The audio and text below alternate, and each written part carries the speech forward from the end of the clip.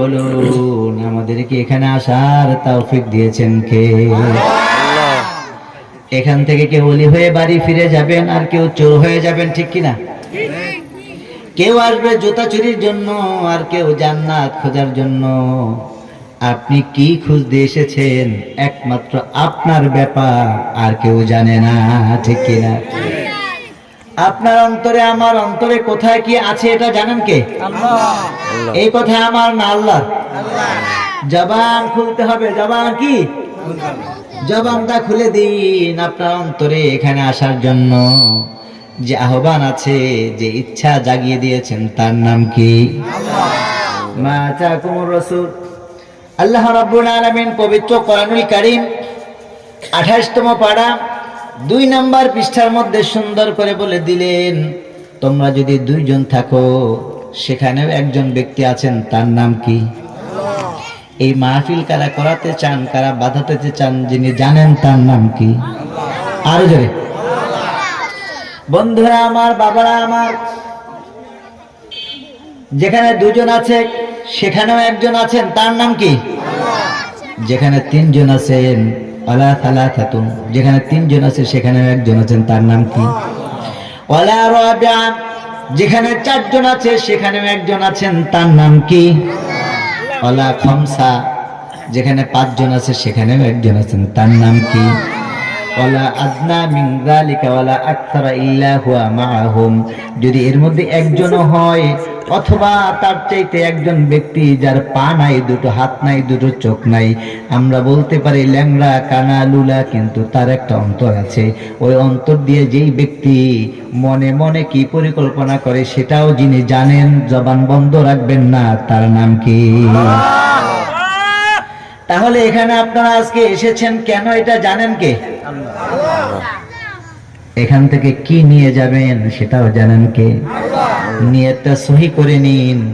যদি আল্লাহর এই গোলামের মাধ্যমে 2-1টা ভালো কথা বলার সুযোগ দেয়, ওই 2-1টা কথা যদি হৃদয়ের মধ্যে হৃদয়ঙ্গম করে 2 ফোঁটা চোখের পানি ফেলে একবার আল্লাহকে ডাক দিতে পারেন, আল্লাহ,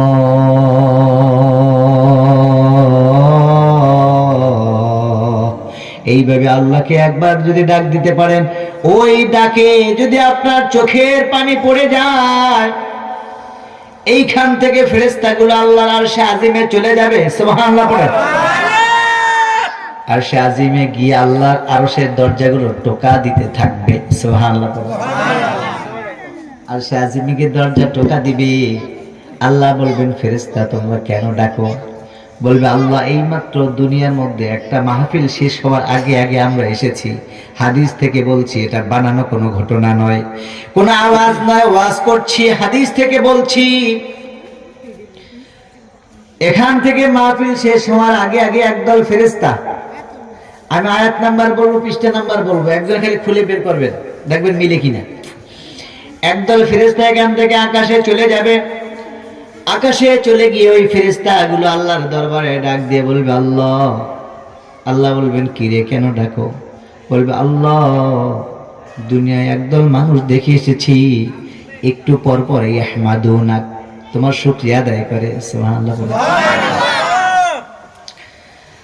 আল্লাহ, একদল মানুষ দেখে এসেছি, একটু পর পরে বলে ওয়াইসাবিহুনাক, তোমার জিকির করে। সুবহানাল্লাহ বলেন। ওয়ায়াযকুরুনাক, তোমার জিকির করে। আল্লাহ বলবেন, ওরা কেন জিকির করে?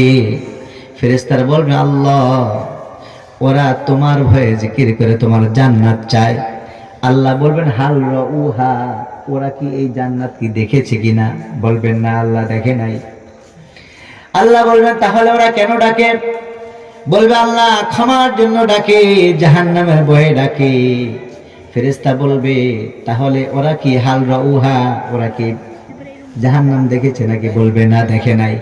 তাহলে কেন ডাকে? বলবে, আল্লাহ, দুনিয়ার মধ্যে আলেমগঞ্জ এই কথাগুলো বলতো, ওই কথাগুলো হৃদয়ঙ্গম করে না দেখা বিষয়ের উপরে, না দেখা বিষয়ের উপরে তোমার কথাগুলো হৃদয়ঙ্গম করে, না দেখা বিষয়ের উপরে ঈমান এনে বিশ্বাস স্থাপন করে মাহফিল শ্রবণ করছে, জান্নাত থেকে জাহান্নাম থেকে বেঁচে জান্নাত চায়।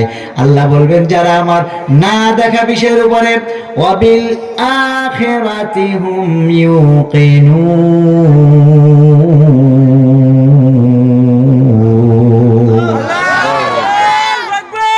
আখিরাতকে না দেখে আল্লাযীনা ইউমিনুনা বিল গায়ব আছে না নাই কোরআন শরীফে আছে।